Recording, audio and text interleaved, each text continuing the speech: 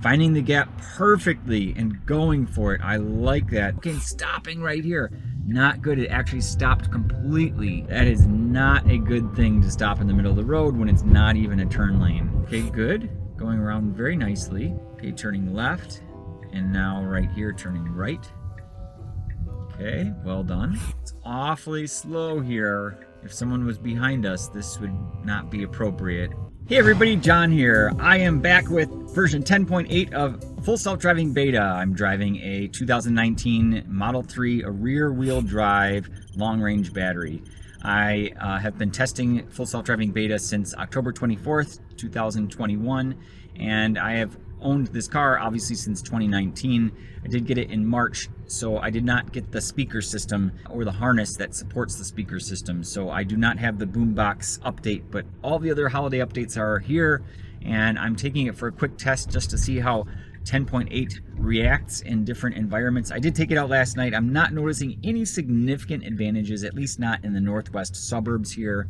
So nothing notable at least, but we will observe here together. So I'm going to go ahead and turn it on, and it's going to come up here and it's going to turn right, attempt to turn right on red. Now as you can see, the blind spot camera turns on here in the lower left corner of the screen. That is something that I am not quite sure if I like to have there all the time. So it is safe to go. I'm not sure why. I'm just going to tap on it a tiny bit to see if I can encourage it to really consider turning right on red. It's really not wanting to go. Okay, so once I went far enough forward there, it did start to go, but a little bit slow getting out. Not a problem. It is Christmas Day. Merry Christmas to everybody, by the way. So now we're going to turn right. Okay, it does get in the right turn lane soon enough. So it's still 50-50. Most of the time it actually gets it wrong here, where it will not get into the turn lane soon enough. So here's it turning yellow and then going through. Okay, good. Slow down a little bit there toward the end, but not that bad. Nobody behind us at the moment. So this new visualization where it takes up the whole screen is really nice. I am really liking that.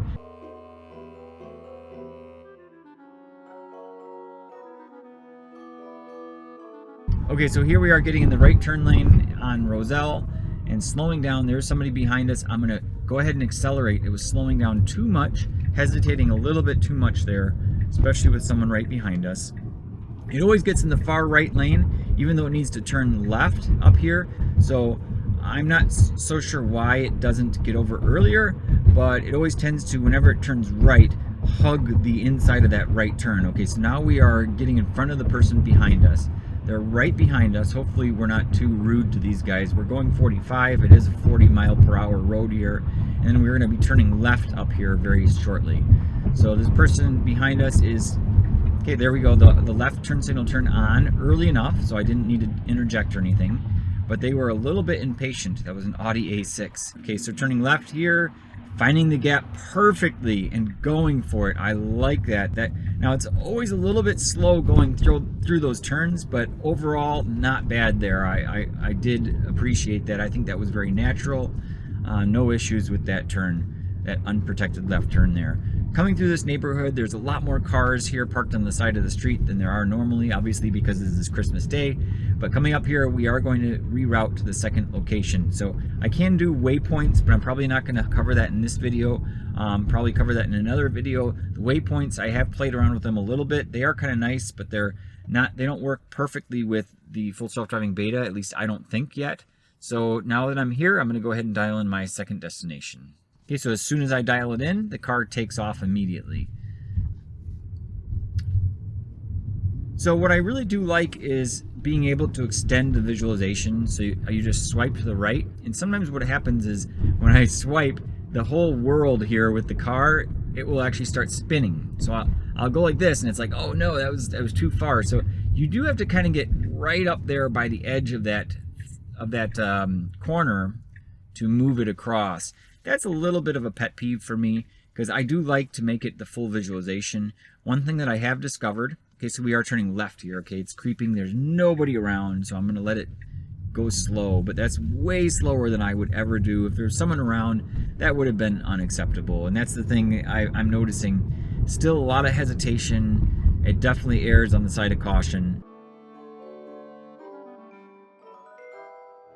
Okay, so this is the very, very tricky right turn, which then results in a quick left turn. So we are coming up here on Roselle Road, and it is clear right now. It really should take this gap. I'm embarrassed with how slow it is, but this is nothing new. It's always done this. Now it needs to go all the way to the left very quickly. Let's see if it can do it. It has not learned so far. And coming up here, attempting to turn left here, but too slow. Once again, too slow. Okay, and stopping right here. Not good. It actually stopped completely. I'm going to have to report that. That is not a good thing to stop in the middle of the road when it's not even a turn lane. So now it's going to reroute, and I'm going to come into this lane. So I did force it into this left lane. Always very, very strange in this section. Once it screws up, it has to kind of reroute, and it doesn't often enough get into the turn lane soon enough to catch the rerouted path.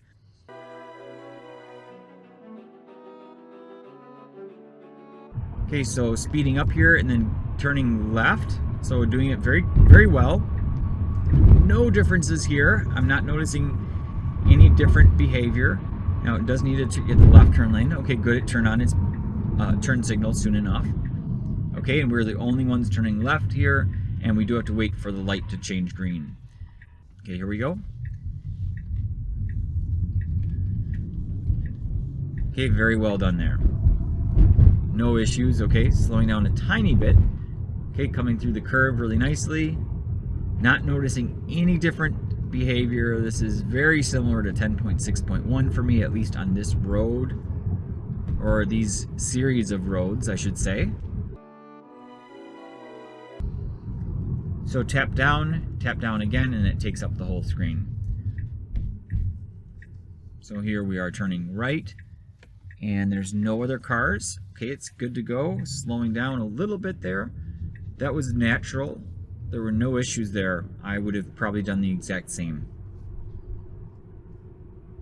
You see, you will notice with the new visualization, the tentacle or the path finder is straight. I mean, it's more of a solid blue line. And I think that shows a little bit more confidence, but I don't think it's really more confident than it used to be. But it is a nicer visual. I believe it's a nicer visual personally. I like it more. So as you slow down, the dark blue changes into kind of like a grayish blue or a faded blue.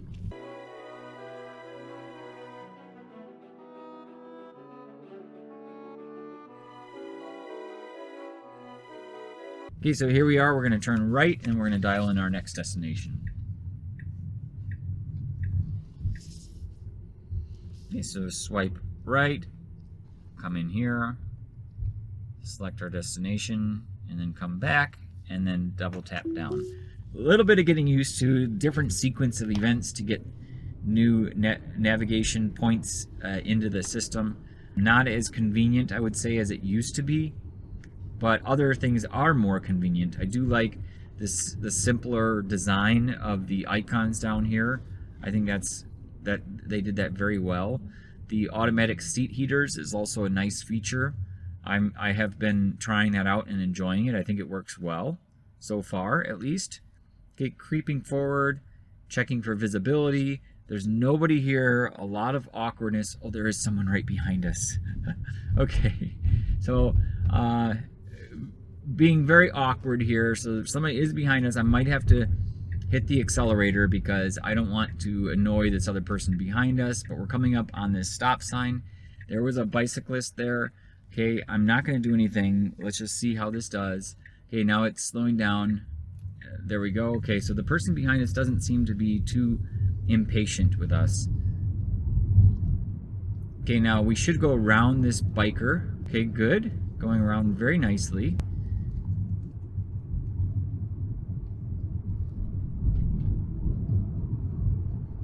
Okay, and going around this parked vehicle, coming awfully close to the vehicle.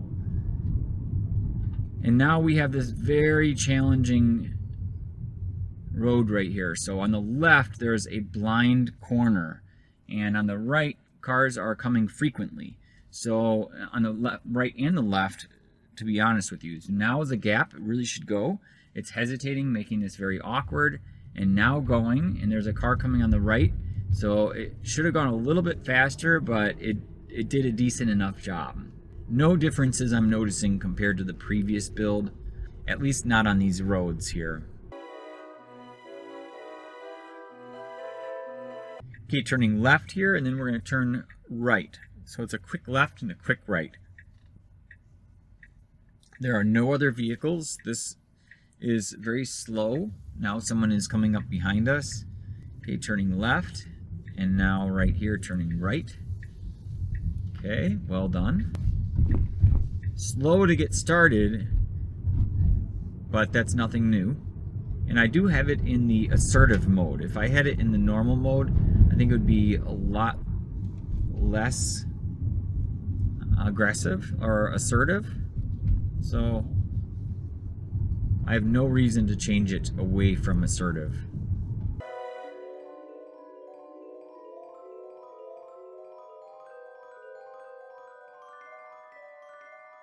Okay, very slow, creeping forward, checking for visibility.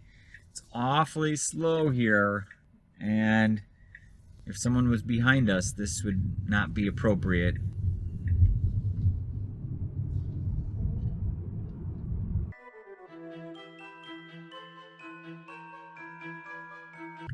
Okay, creeping forward there. Okay, well done. Okay, so there, the high beam lights turn on, so you cannot disable that feature. I thought you could disable it. I'm going to go ahead and turn this off, turn it back on, and I'm going to try turning the light settings. Okay, so what you could do is probably turn your light settings off. I'm going to try that again here. So turn it on in the middle of this turn here. Okay, there we go. And I'm going to turn it off. Oh, off. So it looks like you can turn them off. Take over immediately. Okay. So if you turn off your lights, it will not allow you to drive, basically. So don't do that, folks. I'm going to turn it back on again. Auto steer temporarily unavailable. So that's interesting. So it actually disables it for the remainder of the trip.